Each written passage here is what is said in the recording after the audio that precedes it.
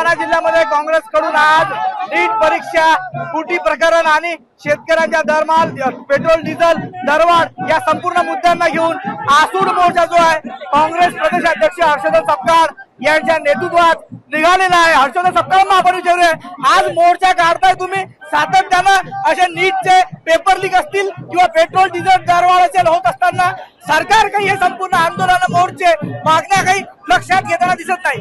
दुर्दैवाने सरकारला बेशरम आहे हे म्हटल्याशिवाय गत्यंतर नाही।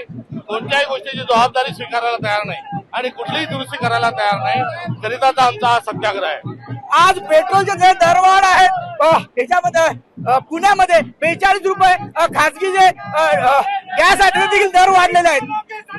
हे दर वाढतच जाणार आहे कारण सरकारचं महागाईवर नियंत्रण आहे। अशा वेळेस त्यांनी व्हॅट असेल, जीएसटी असेल हा कमी करून त्यांनी सर्वसामान्य माणसांना दिलासा द्यावा। शेतकऱ्यांच्या भावाची वाढ होताना दिसत नाहीये, मात्र शेतकऱ्यांचा हंगामा खरीपाचा अनेक जे संयोगिक जे काही साधनं आहेत त्यांचे मात्र सातत्यानं दर वाढ होत आहेत। डिझेल शेतकऱ्यांना सध्या मिळत नाहीये। सर्वसामान्यांची फसवणूक, शेतकऱ्यांची फसवणूक, युवकांची फसवणूक हे मोदी सरकारचं असणारं धोरण आहे।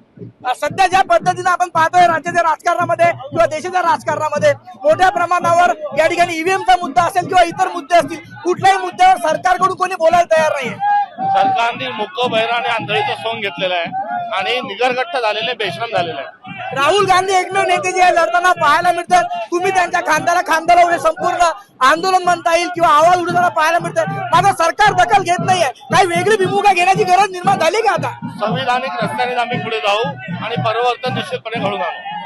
निश्चितच संविधानिक मार्गाने आम्ही पुढे जाऊ आणि सरकारला या संपूर्ण मागण्यांची दखल घ्यायला मजबूर करू, अशी भाषा जी आहे काँग्रेस प्रदेशाध्यक्ष हर्षवर्धन सपकाळ यांनी आपल्याशी बोलताना व्यक्त केली आहे। प्रफुल्ल खंडारे, जय महाराष्ट्र न्यूज, बुलढाणा।